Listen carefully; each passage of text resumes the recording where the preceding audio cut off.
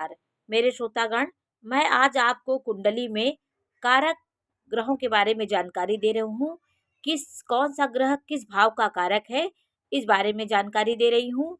देखिए, सूर्य जो है वो प्रथम भाव का कारक है, क्योंकि वो आत्मा से संबंध बनाता है। तो आपका यहाँ लग्न होती है, सूर्य यहाँ का कारक होता है। यहाँ के सूर्य आपको धार्मिक, आपको आत्मा से मजबूत और शासनात्मक दिमाग देता है आपका। तो प्रथम भाव का कारक सूर्य है और नवम भाव का कारक सूर्य है। गुरु वो राजा का भी गुरु है। वो सबको ज्ञान देने वाला, मंत्रित पद प्राप्त करने वाला गुरु है। तो गुरु कितने भाव का कारक होता है? 5 भाव का कारक होता है। दूसरे भाव का गुरु कारक है, पंचम भाव का, नवम भाव का, दसम भाव का और 11वें भाव का कारक गुरु होता है।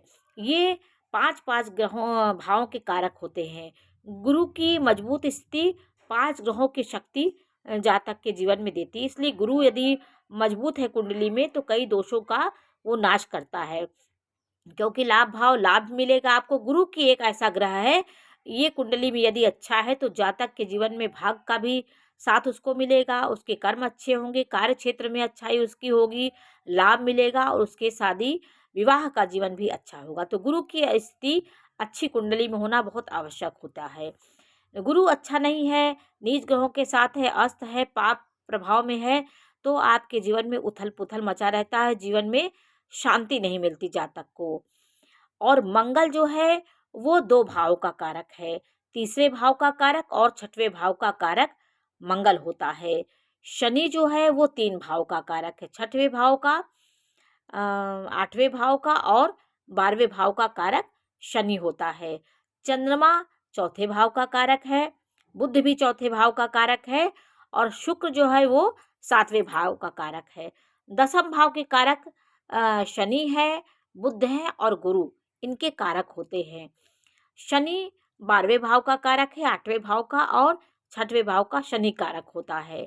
तो कुंडली में काल पुरुष की कुंडली में, जब आप काल पुरुष की कुंडली, ये फिक्स ग्रह उसके होते हैं। प्रथम भाव में मेष राशि आती है, पंचम भाव में सूर्य की राशि सिंह राशि आती है और नवम भाव में 9 नंबर की राशि धनु राशि आती है। यदि आपकी कुंडली में मंगल प्रबल है, आपका सूर्य प्रबल है और आपका गुरु प्रबल है, तो 3 ग्रहों की प्रबलता आपको भाग्यशाली व्यक्ति बनाती है, क्योंकि गुरु जो है वो नवम भाव का कारक है, 9 नंबर आता है। तो गुरु यदि आपका अच्छी कुंडली में अच्छी स्थिति में है, शुभ ग्रहों के साथ है, शुभ ग्रहों से दृष्ट है या उच्च राशि का है या स्वराशि का है, तो आप भाग्यशाली व्यक्ति होंगे, आपका भाग्योन्नति होना ही है।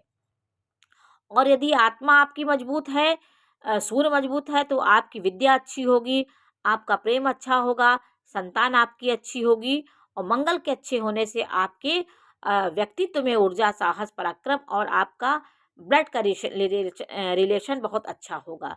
ये हमारी कुंडली में 3 ग्रहों की बली स्थिति हमें जातक को भाग्यशाली बनाती है। पुरुष की कुंडली में शुक्र और स्त्री की कुंडली में गुरु का मजबूत होना आवश्यक होता है। कुंडली में चौथे भाव को माता का घर कहा गया है, ये सुख का भाव होता है। यहाँ पे हम सुख की खोज करते हैं, चाहे वो अंतिम सुख हो, चाहे वो माता के पास जो सुख मिलता है, भूमि भवन से जो सुख मिलता है, भूमि भवन वाहन जब हम खरीदते हैं तो एक हमें सुख की अनुभूति होती है, वो हमें चौथे भाव से प्राप्त होती है। तो माँ के आंचल में ही हमें परम सुख मिलता है। उसके बाद जब हम मोक्ष प्राप्त करते हैं तो हमें परम सुख की प्राप्ति होती है। तो ये मोक्ष भाव भी है, माता का भाव भी है। इसलिए 4-4 पड़ाव जीवन में होते हैं, धर्म अर्थ काम मोक्ष। तो फिर यहाँ धर्म अर्थ काम मोक्ष हुआ, 8वां भाव भी मोक्ष का होता है, फिर धर्म अर्थ काम मोक्ष। तो लास्ट की शांति हमें मोक्ष से ही मिलती है।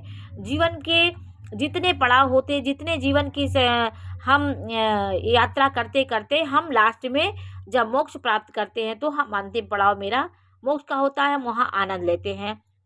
चतुर्थ भाव को मोक्ष का कारक भी कहा गया है।